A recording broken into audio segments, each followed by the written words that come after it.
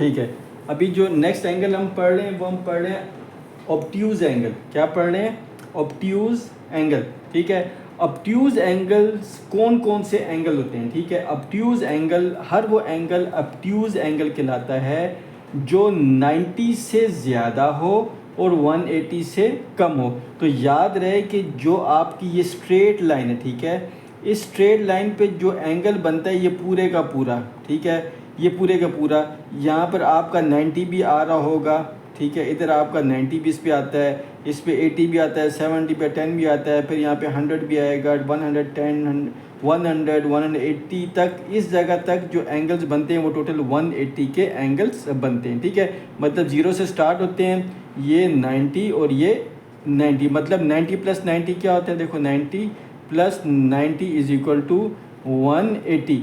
ठीक है, तो इट मीन्स कि ये अगर हमने ये आपके पास डी है, ठीक है, इसको हम इस तरीके से एग्जांपल आपको देते हैं कि ये आपके पास डी है, ठीक है, ये आपके पास क्या है? एक डी जो आपके पास ज्योमेट्री बॉक्स में होती है। ठीक है, तो देखो यहाँ पे आपका हो रहा होगा 90, इट मीन्स कि ये राइट एंगल है, राइट एंगल आपका हो गया 90 का। तो इस तरफ भी ये पूरे का पूरा एरिया भी जो है ना, ये आपका आधा ये हो गया और आधा ये बिल्कुल सेंटर में आ रहा है। तो यहाँ पे जो एंगल बन रहा है, ये एंगल बन रहा है 90 का और ये एंगल बन रहा है 90 का। तो 90 प्लस 90 कितने हो गए? 180। तो ये टोटल जो आपके एंगल बनते हैं ये इस स्ट्रेट लाइन पे वो 180 के एंगल होते हैं। ठीक है, और इसको भी हम एक नाम देते हैं जिसको हम बाद में पढ़ेंगे, सप्लीमेंट्री एंगल, लेकिन उसको हम बाद में डिटेल में पढ़ेंगे। ठीक है, तो अभी जो हम पढ़ रहे हैं, अभी हम पढ़ रहे हैं ऑब्ट्यूज एंगल्स। ठीक है, कि ऑब्ट्यूज एंगल कौन सा होता है। इसी तरीके से हमने आपको बता दिया ऑब्ट्यूज एंगल जो है उसकी, ऑब्ट्यूज एंगल वो एंगल्स होते हैं जो 90 से ज़्यादा और 180 से कम होते हैं। ठीक है, ये देखो, ये हमने स्ट्रेट लाइन लगाई, तो ये एंगल अगर देखें इस तरफ ये क्या है? 90, और यहाँ पे क्या आएगा?